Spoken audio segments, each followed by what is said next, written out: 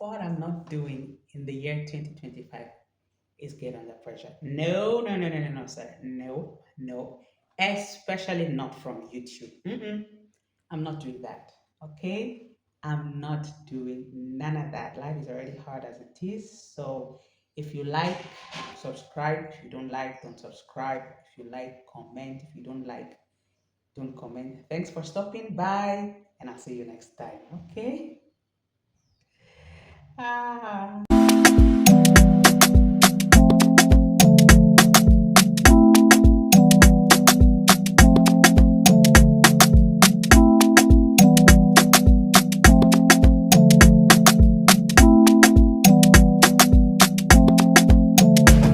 Okay, before you leave, welcome to Chit Chat with Dorcas, the only Congolese in Ecuador. Okay, so where do I start? Last year, I set up a challenge, a personal challenge for myself, that I was going to create content for social media. And that was how Chit Chat with Dorcas was born. I have not been in the labor market, have not been employed for quite some time. So I thought, I'll just give myself a job by, recording my experiences and making memories along the way because I know sooner or later I'm going to leave Ecuador. I'm not hoping to die here or retire here. No, it's not a place for me, but I'm just waiting for the right things to fall into place and then I'll leave. So I thought, why not? I'll just um, keep busy with that and other things. But the main challenge was that for every activity, the particular challenge was to upload every activity every week, which I started on my birthday. And I'm very happy that I've been doing that every Tuesday. So along the line, I began to get curious about how to grow my channel. I remember when I got 50 subscribers and I could go live, I was super crazy. That was the dumbest video I ever made. And I've never gone live since then, you know. And then 6 months later, I was worried like, why am I not having subscribers? Why are people not subscribing to my channel? What is happening? Am I not good enough? And I began to attach my worth to the growth or lack thereof of my YouTube channel. And sometime in December, I sat back and I told myself, I'm not going to do that anymore. I went back to the drawing board. I told myself, the few videos that I watched about how to grow your YouTube channel didn't really help. I created other channels. I did what they said I should do. But the daily or weekly, rather, the weekly statistics keep telling me that I'm not having returning subscribers coming to my channel. So what did I do? I went to appeal for subscribers on Facebook, and each time I think of it now in retrospect, I cringe. Like, why? Why would you do that? And I I didn't get even the reaction I was supposed to get. My aim or my dream, my fantasy was to get about 100 subscribers by December before Christmas. So I started, pushing out content on Instagram, on Facebook. But the truth is, it's just not me. It didn't feel natural. I was losing myself. I could remember one time there's this acquaintance of mine that I'm very, very fond of. And she just came on YouTube and poof, she had like 100 subscribers. Like, I felt like I was in competition with her to the point that I couldn't even celebrate her success. I had only 100 people. So I put a distance because she stood here to me, the person who stood here to me to be having those kind of ill feelings. And so I stopped. I had to sit down and reevaluate where I was coming from where I was operating from. Because if you're operating from a place of love, love knows no jealousy, love knows no competition. I'm a woman who believes in women supporting women. But when I couldn't truly give that support to this young lady, I felt this is not who I am. This is not who I am. I put myself on YouTube. I chose to create content on YouTube that I like, and if people don't like it, it's not people's fault. I don't have to Nobody's obligated to come and like my video. People are busy, people have lives to run, people have businesses to run. So even that 60 seconds that I'm asking for to come and see and just click and go back to whatever activity it is that you're going to, I felt it's too much. And I also do that. There are videos you see on YouTube and I think, okay, I'm not interested in the topic, I wouldn't do that.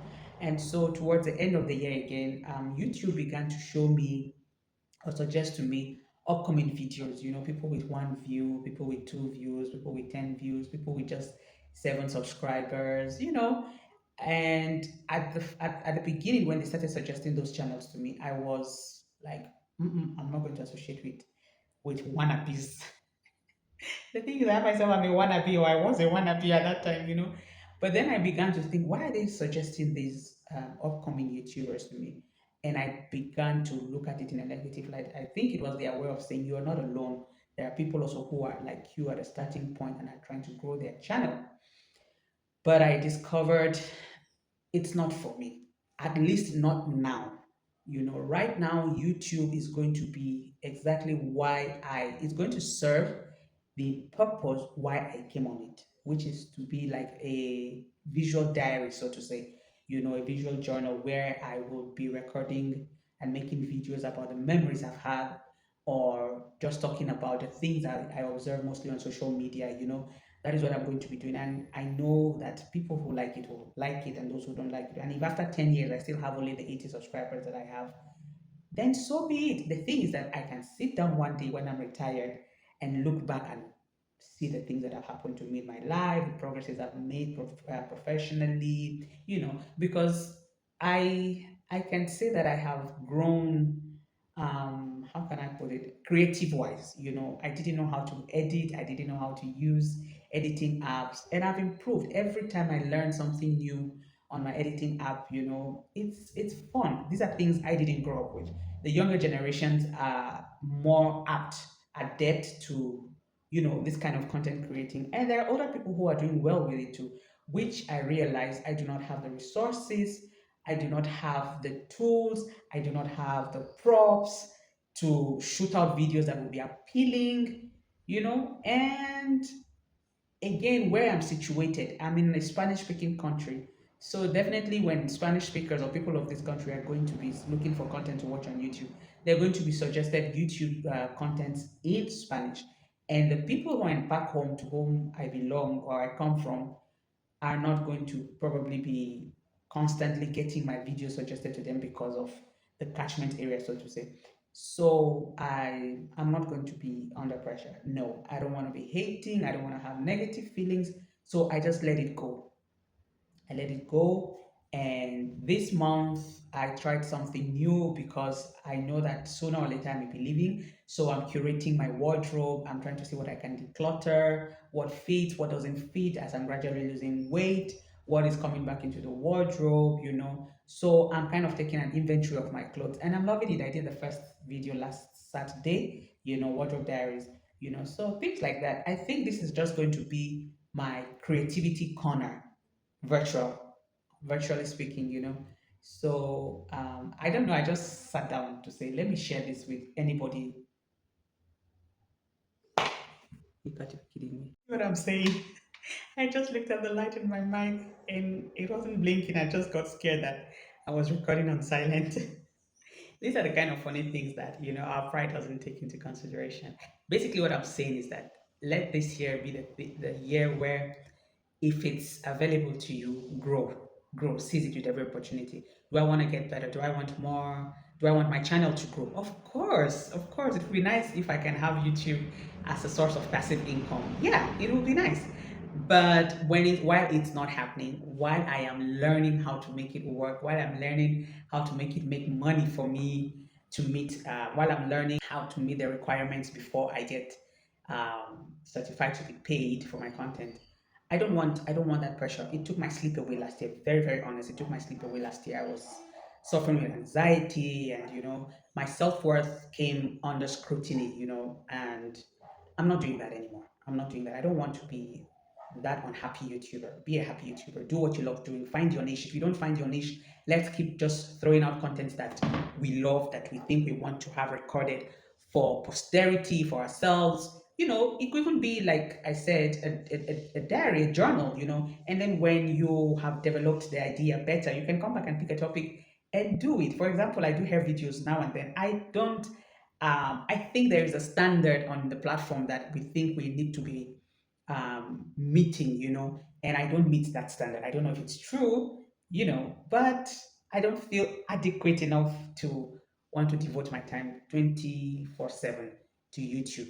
And so this year, make it a year that you are churning out content passionately, happily, contentedly, and if you're good, if you're great at what you do, then I wish you all the best. I really wish you all the best, and I hope that your dreams come true for the year 2025. Thank you for watching, and if you like this kind of random topics, it's a chit chat channel. It's a chit chat. Please do subscribe. At the end of the day, it would be nice to subscribe, but I love reading your comments. I always answer comments because I don't have plenty of subscribers yet. I can still, get to know you in the comment section. And if you have any advice, I'm open to suggestions. If you have advice, suggestions, I'm open to learning. I'll see you in the next one. Thank you. Bye bye.